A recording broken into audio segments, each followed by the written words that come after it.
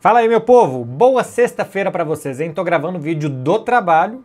Quem trabalha sexta, vocês sabem muito bem o que é. E eu ainda não treinei hoje. Então, eu sou desorganizado duas vezes. Porque quem trabalha e quem malha sexta-feira é porque tá fazendo tudo errado.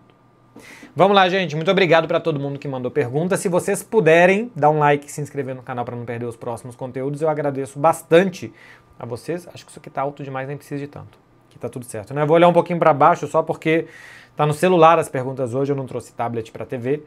Então, bora lá. Começando com uma pergunta do Caio Hendrick.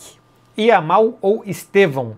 É uma pergunta que há 5 meses poderia parecer um absurdo, né? Porque o Yamal já estava jogando nos grandes palcos, o Yamal já estava jogando Liga dos Campeões, sendo muito importante para o Barcelona numa Liga dos Campeões, e o Estevão estava no Palmeiras, o Estevão não estava nem vivendo uma boa fase no primeiro semestre de 2025.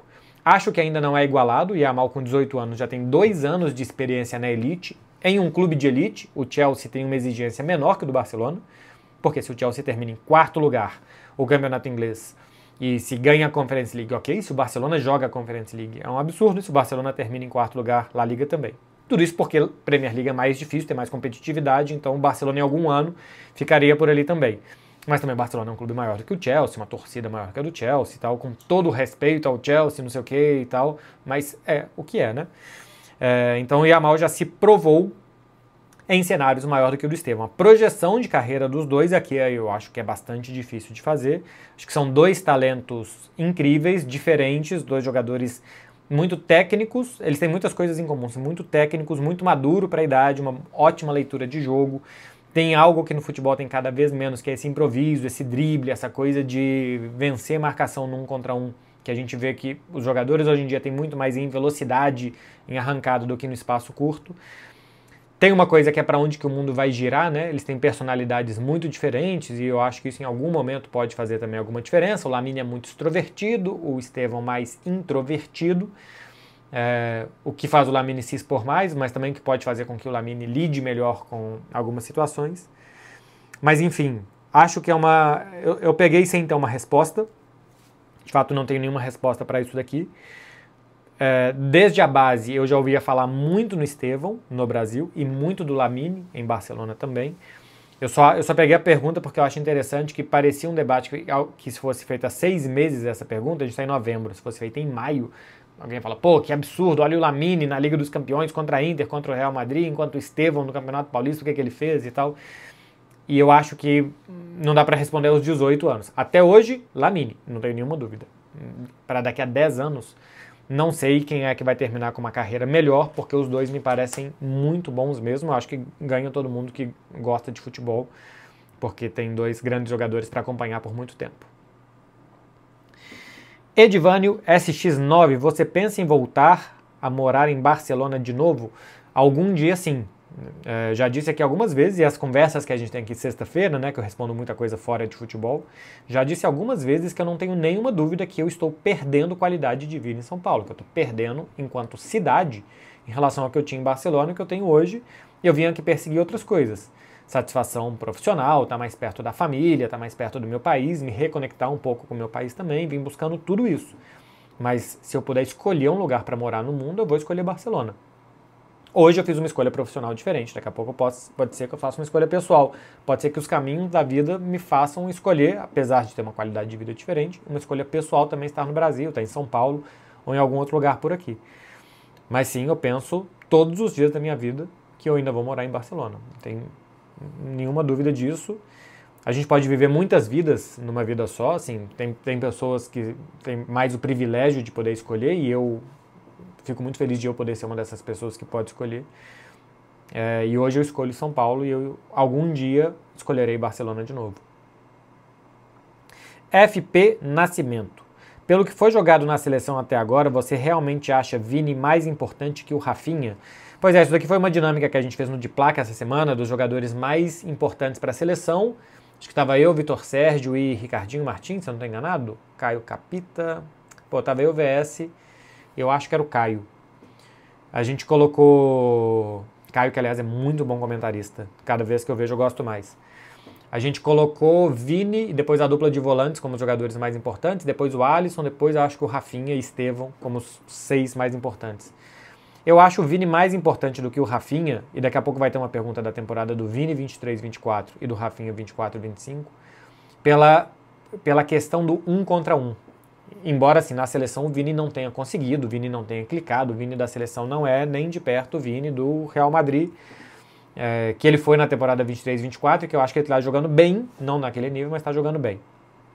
Tem uma questão do 1 contra 1, que o Vini tem, que o Rafinha não tem, que eu acho que é o desempate e que é uma referência ao Vini de você tirar nós, desatar nós de uma defesa muito fechada, que o Rafinha faz de outras formas.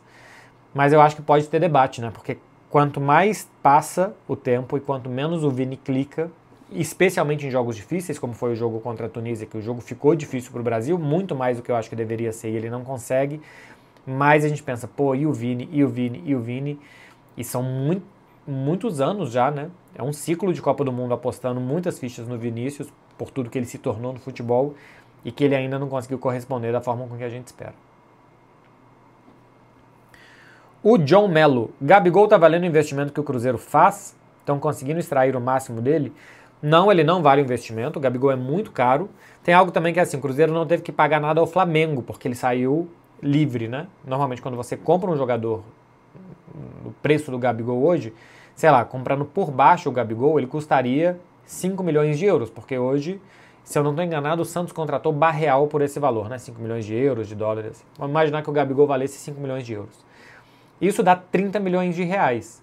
O contrato do Gabigol, falam que é 3 milhões por mês, então dá 36 milhões por ano. Vezes 4 anos, 36 vezes 4, 140 e pouco, né? 30 vezes 4, 120, 6 vezes 4, 24, 144.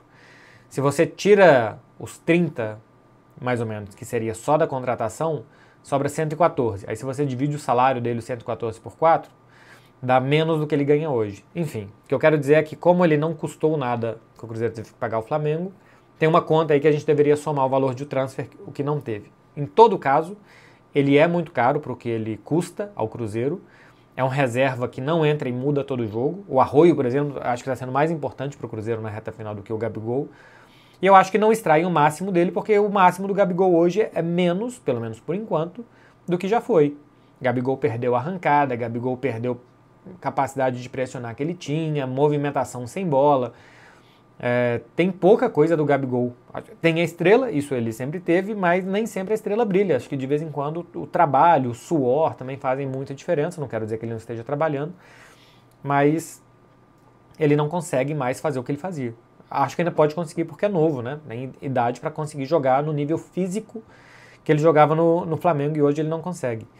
E eu acho que extrair o melhor do Gabigol tem mais dele do que do técnico. O time joga num 4-4-2, Matheus Pereira um segundo atacante, tanto quando ele joga como 9, como quando ele joga de segundo 9, de 10 por assim dizer, como foi contra o Juventude, ele está em uma posição muito parecida com o que ele fazia de melhor. O Cruzeiro joga com 2 atacantes, que é o melhor esquema para o Gabigol. E ele está muito, muito atrás, tanto de Matheus, como mais armador, como de Caio, como mais finalizador. E aí eu acho que é mais culpa do Gabigol do que do técnico que não consegue extrair dele. Tristan Oliveira. E aí, MB, qual a história de ter sido contratado pela Folha? Abraços. Pô, meu povo, primeiro que eu quero agradecer muito vocês. Muita gente mandou mensagem, comentou no post que eu fiz, no story que eu postei também, sobre o seu novo colunista da Folha de São Paulo. Toda quinta-feira sai a coluna no Jornal Impresso, toda quarta-feira sai para os assinantes da Folha. Um tema que eu vou poder escolher para comentar sobre futebol. É uma alegria imensa quando eu paro e penso colunista da Folha de São Paulo. Eu penso que não é para mim, que eu não tenho roupa para isso, que eu não sirvo para esse cargo. Grandes referências do jornalismo, de formar opinião, pessoas muito inteligentes escrevem para a Folha. Para mim é a creme de la creme, assim, é o top. Assim, as pessoas mais respeitadas escrevem para a Folha de São Paulo. Então é algo que, quando eu penso sozinho, colunista da Folha de São Paulo, me enche, assim, sabe? Eu fico muito, muito feliz mesmo. Outra coisa que é muito curioso, porque o meu público de TNT e vocês aqui, meu respeitável público, é normalmente uma galera mais jovem, um pessoal que eu posso falar um pouco mais de besteira e tal assim. Eu sei que o público da Folha de São Paulo é diferente, são pessoas normalmente mais adultas, por assim dizer, um pouco mais velhas, com um perfil um pouco diferente do que eu tô acostumado a ter. E é muito desafiador, né? Falar sobre o mesmo tema às vezes na TNT, depois falar no meu canal para quem eu sei que é minha bolha, que vai me entender melhor. Na TNT talvez eu tenha que explicar um pouco mais do que eu explico aqui no YouTube, por exemplo. Para eu falar na Itatiaia, que é uma rádio que não é uma rádio esportiva, mas que tem muito esporte, mas também é uma rádio que falar de futebol internacional na Itatiaia a gente precisa também ir desbravando, mais que eu já falo ali há bastante tempo. E na Folha de São Paulo, que é impresso, então é mais difícil de ser carismático, é mais difícil de ser engraçado, é mais difícil de muita coisa, mas também é muito bom fazer o jogo de palavras escrito. Eu, por muito tempo, tive blog e tal, então voltando a escrever. É muito interessante, às vezes, falar do mesmo tema para públicos diferentes, de formas diferentes. É muito, muito interessante e é uma alegria imensa, imensa ser colunista da Folha de São Paulo. Pô, é absurdo. Obrigado, hein, para quem mandou mensagem e tal. E se vocês puderem ler, compartilhar as colunas também, eu agradeço muito. Ítalo Freitas 92. Quem você acha que vai ganhar a Sul-Americana? Eu acho que o Galo. Eu vi o Lanús contra o Fluminense, achei um time razoável, se defende bem, tenta contra-atacar com poucas peças passando. Pelo menos o que eu vi contra o Fluminense foi isso. Acho que o jogo da classificação no Maracanã, o Fluminense poderia ter se classificado porque perdeu muitos gols. O normal seria que o Fluminense se classificasse naquele jogo. E eu acho que o Atlético, embora tenha empatado com o Fortaleza e perdido do Red Bull Bragantino, acho que o Atlético clicou exatamente na Sul-Americana, contra o Independente Del Valle. Acho que fez um ótimo jogo de volta. Tinha jogado bem já o clássico contra o Cruzeiro, depois ainda encaixou mais alguns bons jogos no Campeonato Brasileiro. A baixa do Alan Franco eu acho que é pesada. Vai fazer muito calor na hora do jogo, então não sei se vale a pena começar com o Hulk ou não. O muito calor na hora do jogo também pode atrapalhar esse jogo muito elétrico do Jorge Sampaoli. Mas eu acho que os jogadores entenderam, compraram a ideia. Alguns jogadores foram muito melhorados pelo Sampaoli. Bernard, Dudu, Rony, Guilherme Arana, Fausto Vera. Até o Alonso, que não estava jogando bem, começou a jogar bem. Acho que tem que começar com o Igor Gomes também. O que eu vi dele contra o Del Valle foi muito bem. Enfim, o Atlético clicou. Os times do São Paulo são assim, né? Quando clicam, jogam bem. Eu acho que o Atlético está jogando bem. É tecnicamente superior ao adversário. Tem mais opções de banco de reservas. Eu acho que o Atlético vai ganhar. E acho que vai ganhar sem sofrer tanto. Acho que o Atlético naturalmente é melhor do que o Lanús e vai ganhar. Vamos ver depois que abrir o melão, né? Se é assim mesmo. Lucas Moraes, 27. Quais zagueiros você contrataria para o Barça na próxima janela? Pô, próxima janela eu não sei se o Barcelona vai ter condições e se tem mercado para contratar em janeiro. Mas a contratação de meio de ano para mim seria a do Schlotterbeck. Pela capacidade de gerar jogo que ele tem, de destruir também, zagueiro canhoto. É um zagueiro acostumado a jogar em linha alta, porque o Dortmund joga em linha alta. Acho que teria um bom entendimento com o Flick, né, que foi técnico dele na seleção alemã também. Acaba contrato, para a situação econômica do Barcelona é muito importante. Eu iria de Schlotterbeck. Numa dessas, para o meio do ano também vale, tá? Você perguntou aqui, Lucas, para a próxima janela, se o Dortmund não estiver brigando por muita coisa, se vai acabar contrato, se ele vai sair de graça, numa dessas dá para contratar em janeiro e falar, é melhor vocês pegarem 10 milhões agora do que nada daqui a 6 meses. E lembrando que quem jogou Champions pode jogar Champions para outro clube. Então, numa dessas, o Barcelona pode utilizar o Schlotterbeck ainda na Liga dos Campeões. Eu iria de Schlotterbeck e eu não teria nem muito plano B. O Alexander, por exemplo, que está no Lille, da seleção brasileira, Alexandro, poderia ser uma boa também, eu acho. Um desses dois. Para mim, seriam as duas boas contratações de zaga do Barcelona. Acho que precisa de um zagueiro canhoto, precisa de um zagueiro de boa saída, de um zagueiro rápido. E esses dois se enquadram nisso daí. Vasco Bid 1. Com o regresso do Camp Nou, o Barcelona pode inscrever João Garcia sem precisar se sacrificar? Pois vai ter a questão aqui de utilizar o Camp Nou, de poder contabilizar o dinheiro da venda dos camarotes, né, dos assentos VIP, que o Barcelona já vendeu desde o ano passado, mas não pode ser contabilizado porque eles não podiam ser utilizados. Então, a partir de agora, o normal é que a La Liga aumente o limite salarial do Barcelona e que o Barça tenha mais limite de fair play financeiro para inscrever seus jogadores. A tendência é essa. Se tratando de La Liga e tal, sempre bom esperar, porque eles olham com muita lupa Acho que eles têm um extremo cuidado, para dizer o mínimo, com as contas do Barcelona, então é sempre bom esperar o que vem de La Liga. Mas a tendência é que o Barcelona tem algum colchão a mais. Não quer dizer que tá rico, que dá para contratar o Harry Kane na próxima temporada, mas que algum colchão a mais deve ter por poder contabilizar o dinheiro dos assentos VIP, isso sim. Cauã César, quais são as maiores diferenças de trabalhar lá fora e aqui no Brasil? Aqui a gente fala muito de arbitragem,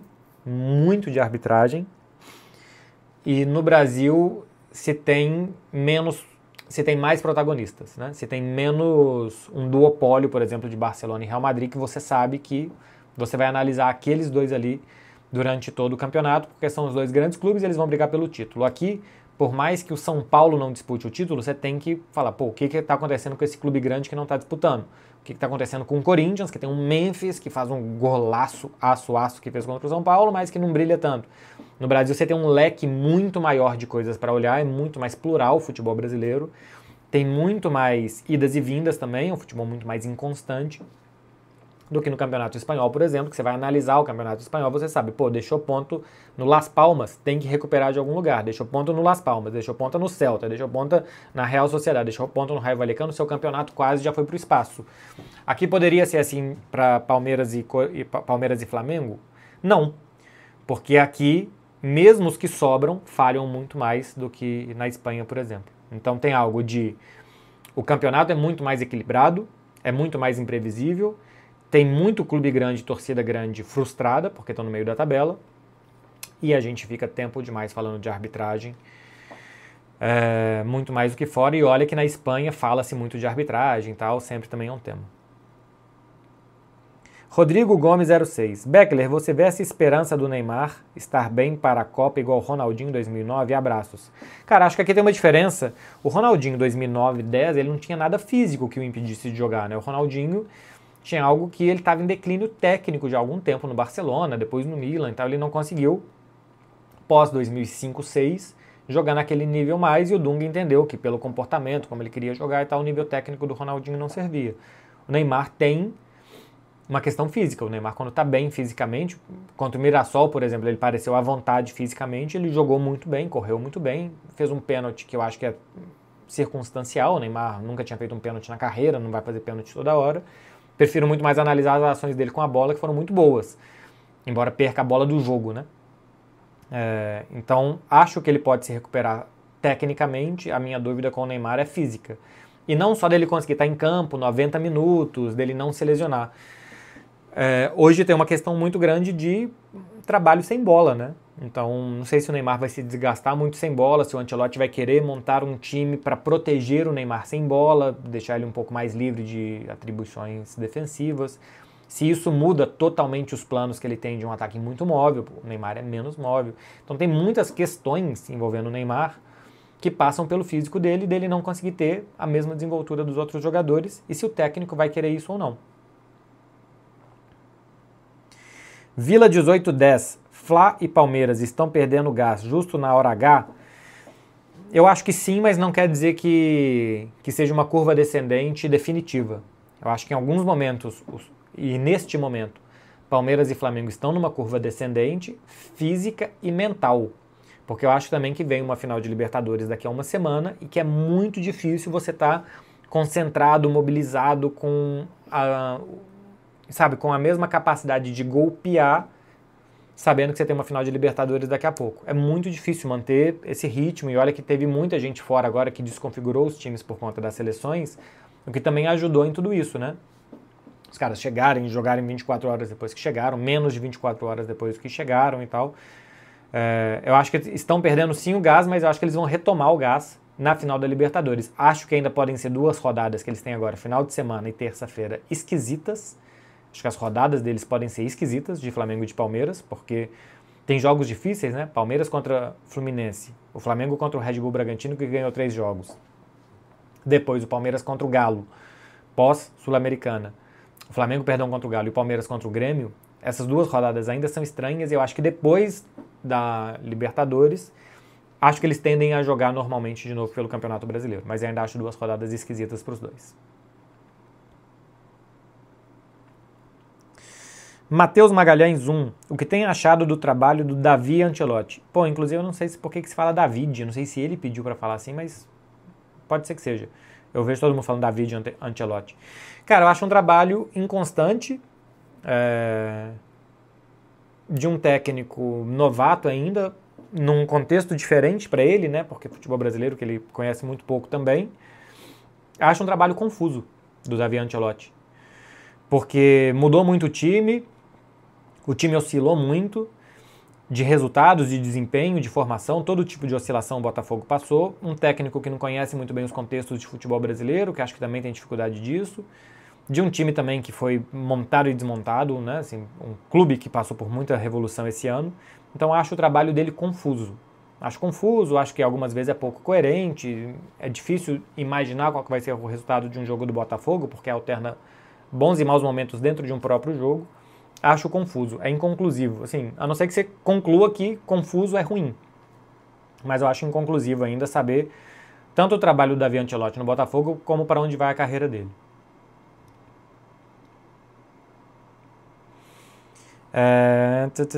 Andrei Patrício. Rafinha no lugar do Matheus Cunha mudaria muito o jogo tático da seleção? Pô, mudaria alguma coisa, porque eu acho que o Matheus Cunha tem presença de área também, coisa que Rafinha não tem, né? Assim, pela altura, o corpo e tal. O Matheus Cunha chega à área, quando ele chega na área, ele acaba sendo uma referência, coisa que o Rafinha não seria. Um é destro, outro é canhoto. Isso também muda alguma coisa na hora de dominar a bola, para que lado que vai puxar a bola, como é que vai dialogar com os outros atacantes. Muda a capacidade de pressionar, o Cunha pressiona bem, mas acho que o Rafinha pressiona melhor ainda. Quando o Rafinha volta para armar, acho que é um pouco diferente. Enfim, são jogadores diferentes. Talvez se a pergunta seja, dá para armar o time sem o Matheus Cunha com o Rafinha? Até acho que dá, mas depende de ainda mais movimentações. E aí é movimentar coisa demais, é movimentar muito jogador mesmo. Mas que dá. Eu ainda acho que a posição normal do Rafinha é brigar com o Rodrigo por uma vaga. O Rodrigo começa como ponta esquerda, e quando o time está atacando, muitas vezes ele troca de posição com o Vini. O Vini vai receber a bola como ponta e o Rodrigo entra não na posição de atacante que o Vinícius estava, mas numa posição um pouco mais recuada de 10. Isso eu acho que o Rafinha pode fazer bem pela esquerda. E aí eu acho que é o normal ele brigar por posição por ali. Vamos ver o que o Ancelotti vai fazer. O JX3. Um esquema de 3 zagueiros não funciona melhor na seleção, deixando 2 volantes e 2 alas? Pô, acho que não, porque a gente não tem 2 grandes alas, né? Se o Brasil tivesse 2 jogadores pelos lados do campo muito ofensivos, outra coisa é, pensar em colocar Estevão e Vinícius de ala, Estevão e Rodrigo, aí acho que não dá mesmo. A não ser uma situação de jogo circunstancial que precise atacar muito e se cuidar pouco na defesa. Mas se o Brasil tivesse 2 alas super ofensivos, ainda até poderia ser. Não é o caso, então não acho que é o melhor esquema não. Tendo 3 zagueiros, ou quase 4 zagueiros, 3 zagueiros com o Militão como lateral, e um lateral esquerdo mais defensivo, e que os laterais só ajudem a bola a chegar bem aos atacantes e façam um trabalho de construção, eu acho ok. Quando for jogar contra defesas mais fechadas, aí eu acho que a gente vai precisar de laterais que ataquem mais. Por isso, talvez o teste do Wesley contra a Tunísia, e ele foi muito mal nesse teste.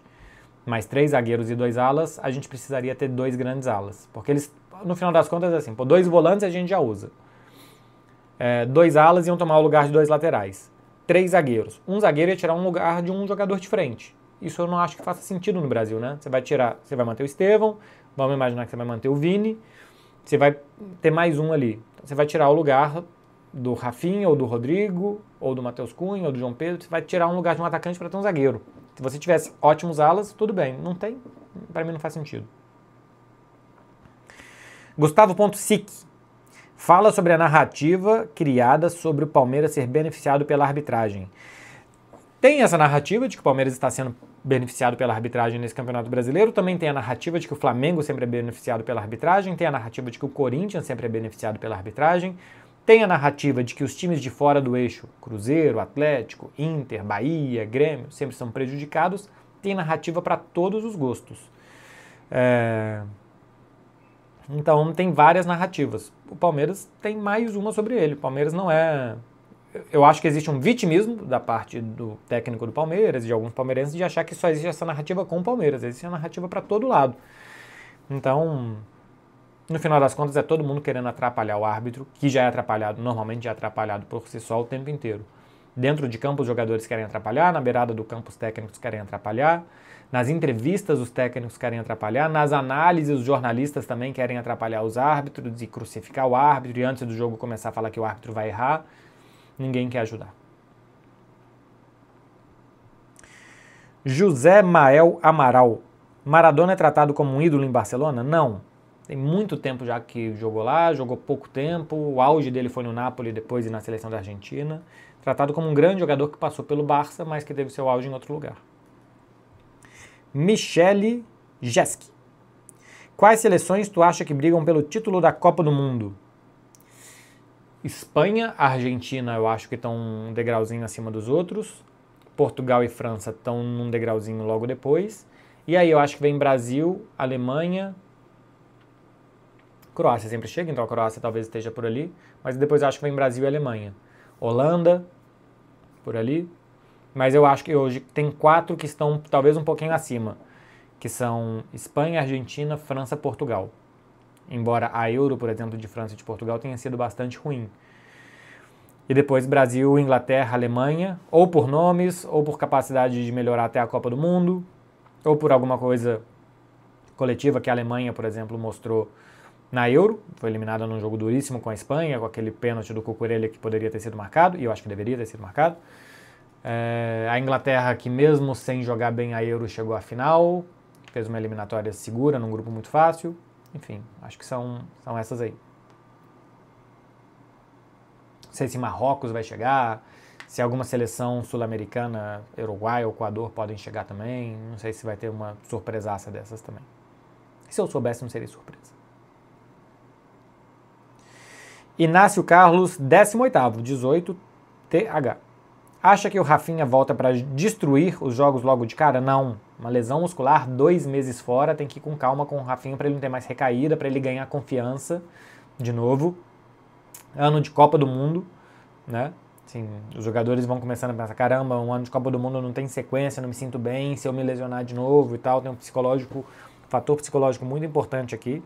Então acho que ele não entra, vai me surpreender se ele entrar. O Rafinha também tem uma personalidade, acho que também muito explosiva, de querer resolver logo de cara, mas acho que o normal é ter um pouco de calma, de receio até. Wesley Sá, é isso mesmo? Wesley Sá 82. Fala Marcelo Becklen, ou é Bechelão. Acompanha mais a mídia brasileira ou já acompanhava? Cara, eu acompanho mais assim, de deixar um canal ligado num canal, a TV ligada de vez em quando num canal de esporte em casa, coisa que antes eu não fazia.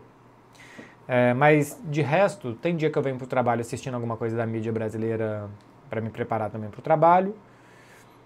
E tudo que eu podia consumir de internet que eu gostava de consumir, eu continuo consumindo. Os mesmos criadores de conteúdo e tal, eu continuo consumindo. Então tem alguma coisa a mais de, às vezes, deixar meio que por osmose ali, algum jogo que eu não preciso ver tanto, acompanhar tanto, mas que dali pode ser alguma coisa positiva, acompanhado mais alguma coisa dali.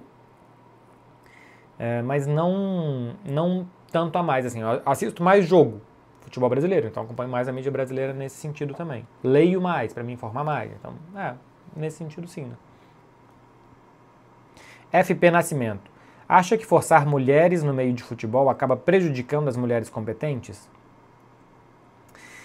Eu acho que isso aqui só vale sim se a gente pensar que a mulher é um mundo à parte. Mas de vez em quando pode ser que, estava respondendo antes da mídia brasileira, que forcem homens também.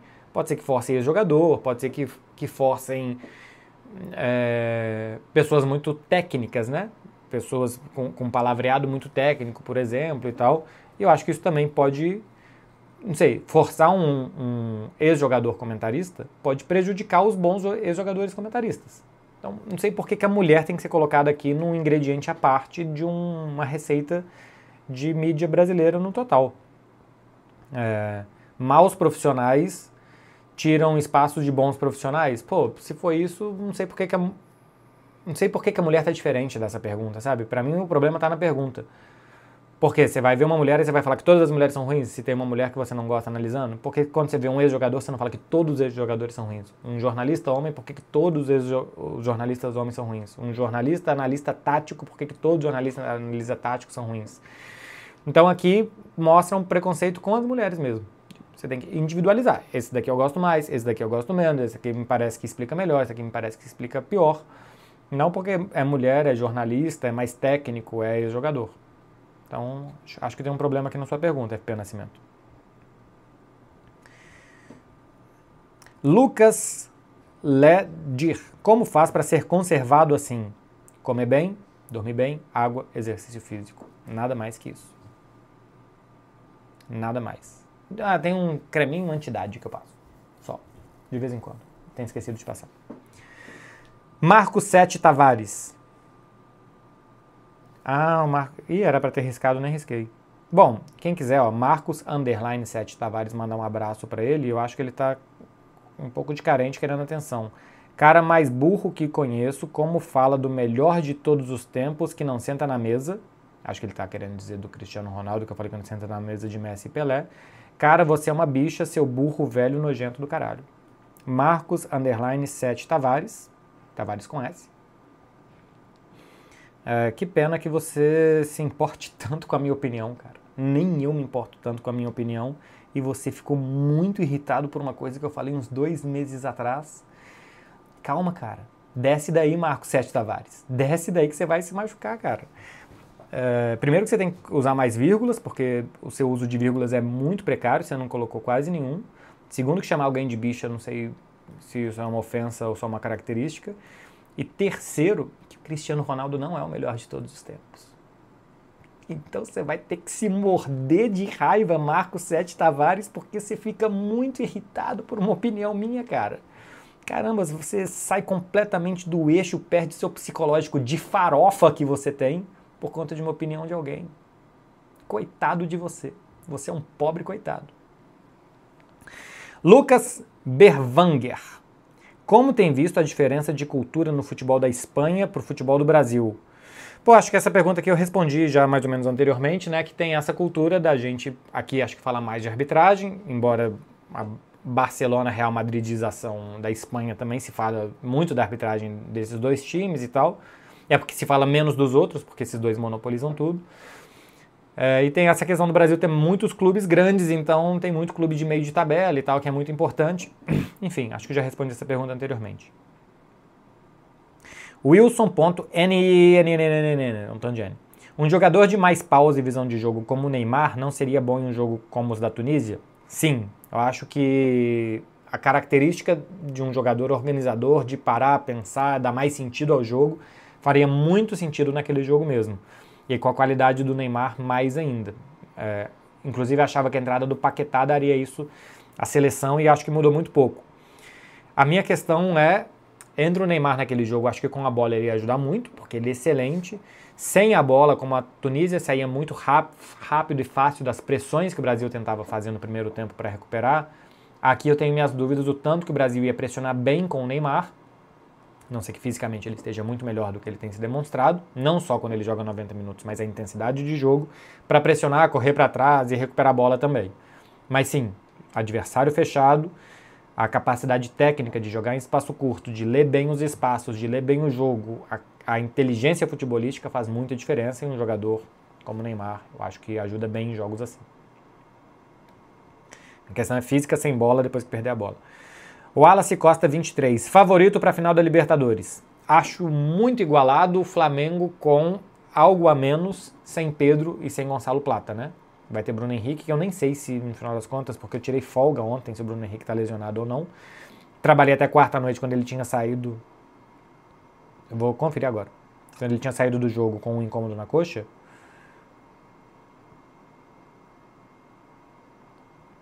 Fadiga muscular, tá tudo certo. Mas sem dois atacantes, acho que o Flamengo perde muito. Pode ser que o Bruno Henrique tenha que sair e entrar o Juninho, que é um jogador basicamente só de jogar bola na área. Até agora o que eu vi do Juninho é de ajudar muito pouco que não seja isso. Mas é um momento pouco inspirado do Palmeiras. O Palmeiras não tem atacado bem. O Palmeiras tem muitos jogadores que estão mal tecnicamente nesse momento. Felipe Anderson, Maurício, Veiga, esses caras deveriam ajudar muito e não estão conseguindo ajudar. E o Flamengo, sem o Pedro, acho que depende muito do Arrascaeta.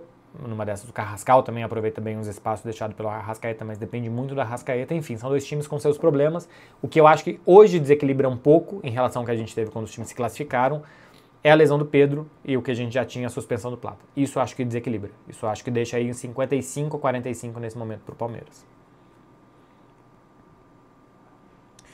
J. Paulo ZX, Vini 23-24 ou Rafinha 24-25?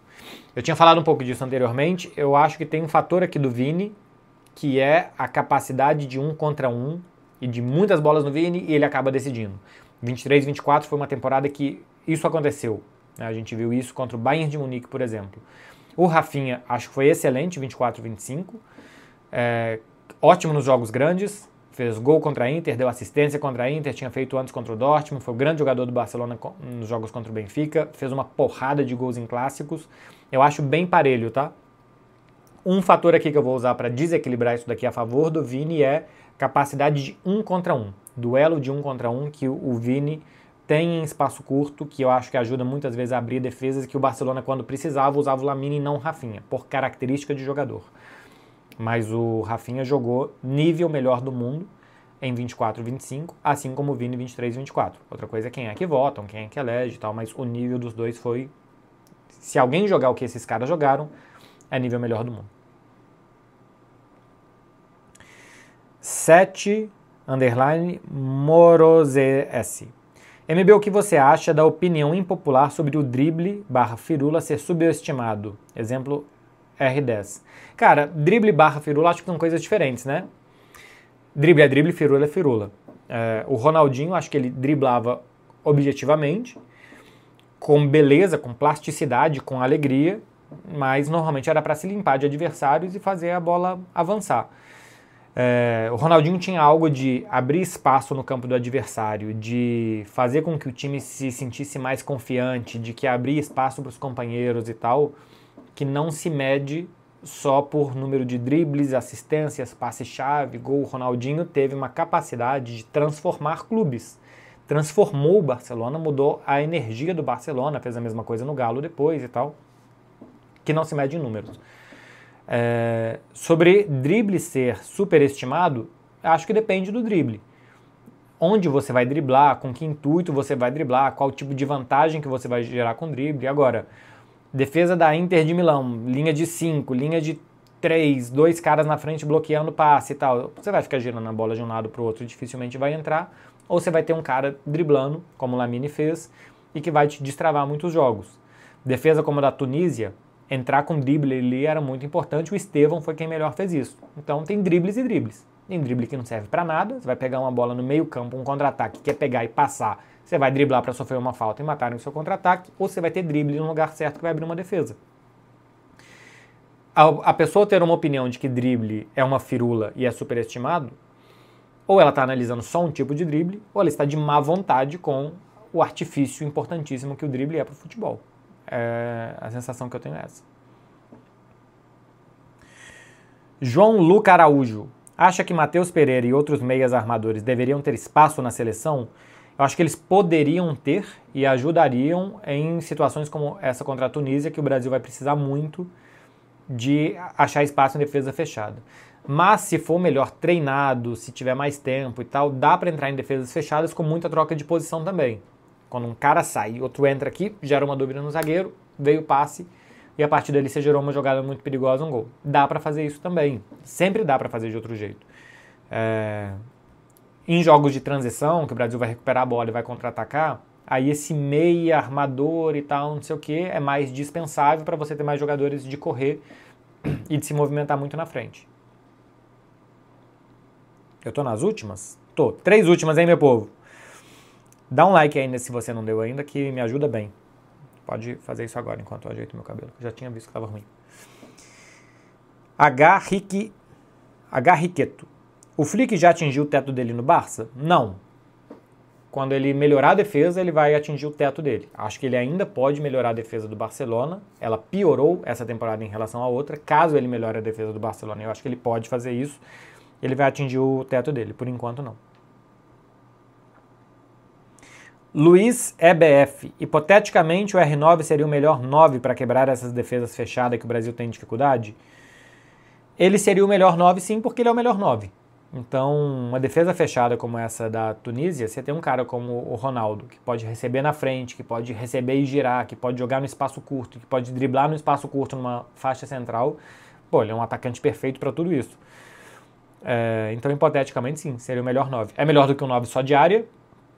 Muitas vezes vai ter dificuldade ali lançar uma bola na área, ele está no meio de 3 zagueiros. Vai ser melhor 9 do que um 9 de arrancada, porque você não vai ter tanto espaço para arrancar. Se você tem um cara que pode jogar em espaço curto e driblar em espaço curto e resolver todas as jogadas no espaço pequenininho, é o ideal, sim. E a última pergunta é a do Tuts90. Se tudo acontecer com normalidade, você acha que daqui a 3 anos o Estevão deve ser melhor que o Vini? Se tudo acontecer com normalidade, não dá para saber. Não dá para saber. Dá para saber se o time dele vai ajudar, o que é a normalidade dele melhorar. Não existe uma normalidade. O normal é que o Estevão jogue muito bem. A partir daqui, jogar muito bem quanto? O time dele, ele, vai ter lesão, não vai ter lesão? Não tem como saber. Eu acho que ele tem mais ferramentas do que o Vini. De jogar em espaço curto, de ter um domínio muito bom, de já ter uma tomada de decisão, uma finalização que são muito boas. Se ele evoluir nesse sentido, foi isso que você quiser dizer, acho que ele pode ser melhor que o Vini.